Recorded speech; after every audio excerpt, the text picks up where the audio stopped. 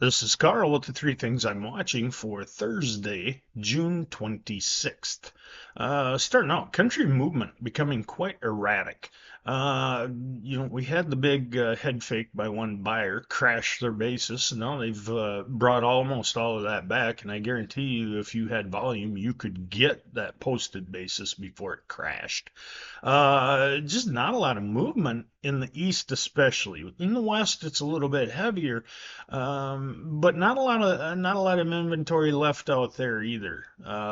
Buyers tell me they feel there's about 15% of last year's bushels still left. Some of the farmers holding them though, they're willing to hold them. We are seeing some movement, but not a lot. And like I said, the cash market's starting to react. The export market's starting to push the cash market, the interior market. So that's helping basis a little bit too. Second thing, a statement from the White House that there would be no new trade deals until President Trump's tax package is passed. Not a lot of details on that, and this came right from the White House, President Trump stating that. The thing is, we haven't had a lot of trade deals up until this point. Quite honestly, Brazil has made more trade deals in the last week than we have in the last 2 months. The big one coming now, Brazil going to open up a type of supply line with China. The two have agreed on it. They're going to have a direct supply line back and forth on soybeans.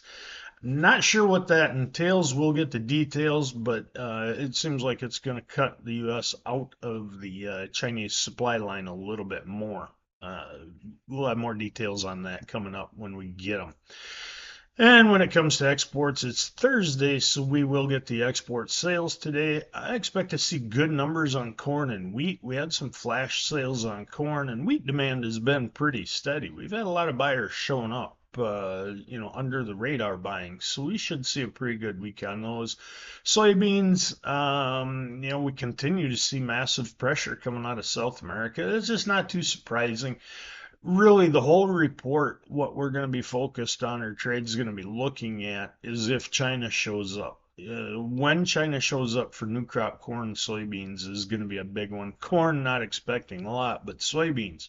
If we don't see China on the sales list here in the next 2 to 3 weeks, it's going to get a little bit more concerning for that complex.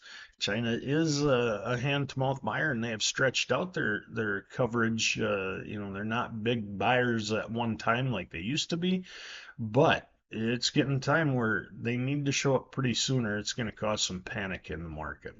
Those are the three things I'm watching today.